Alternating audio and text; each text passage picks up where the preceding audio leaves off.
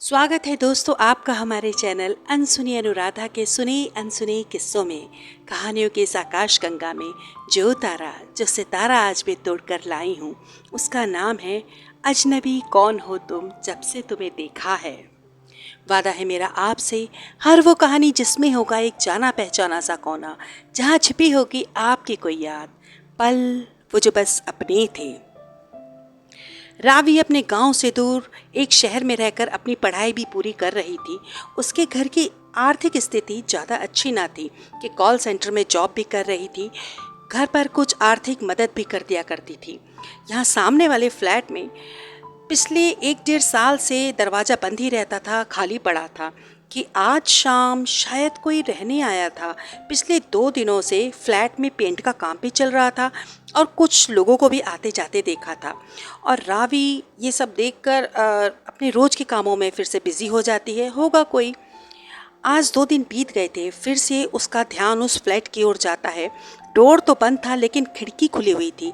सामने study table पर उसे एक नौजवान अपने लैपटॉप पर जैसे कुछ काम कर रहा था, ऐसा लगा कि रावी बस इतना ही देख पाती, फिर वह अपने कामों में व्यस्त हो जाती कि आज संडे की छुट्टी जो थी, खिड़की से आती ठंडी हवा, आंखों ने रात भर आराम की जो नींद ली थी कि एक यही तो दिन होता है जब दुश्मन अलार्म भी चैन से सोता है। कि रावी आंखों को आराम अभी देते हुए जैसे धीरे धीरे खोल ही रही थी कि फिर से आंखों से कहती है कि चलो थोड़ी देर के लिए तुम्हें किसी और दुनिया में ले चलते हैं, उस जहान में, इस दुनिया की तेज रोशनी से दूर, और दोबारा सो जाती है। 1 घंटा फिर बीत जाता है। राबी इस बार मन बना ही लेती है कि अब तो उसे पक्का उठना ही है, बस अब उठना ही है। 1 घंटा हो गया, बहुत हो गया, अब और भी काम देखने हैं। कि सामने वाली खिड़की खुली थी और एक बहुत ही खूबसूरत गैलरी में गुलाब का पौधा भी रखा हुआ था, जिसकी कली का चेहरा रावी से मिल रहा था। रावी अभी इस पौधे को देख ही रही थी कि अपनी खिड़की से सामने एक नौजवान, लंबी चौड़ी कद काठी का चेहरा, सुर्ख तेज, हल्के छोटे संभले बाल, तने कंधे, जबरदस्त डोले। देखते ही लग रहा था कि कसरत में खूब टाइम देते होंगे जनाब अपने आप को।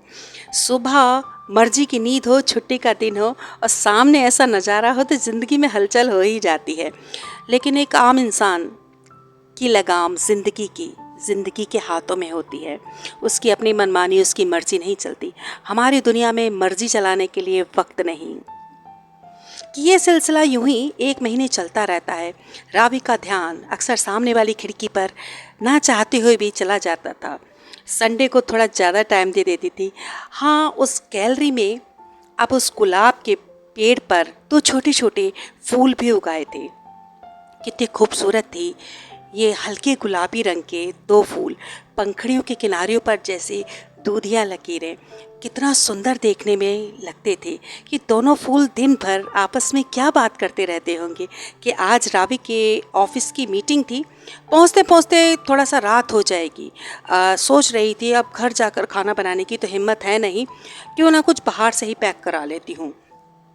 बस स्टैंड से रावी का घर बस कुछ ही कदमों पर था, थोड़ी ही दूर था। कि रावी पैदल चलकर अभी धीरे धीरे जा ही रही थी। ऐसा लगा कि जैसे बराबर में से एक टैक्सी गुजरी हो और उस टैक्सी में वो नौजवान बैठा हो।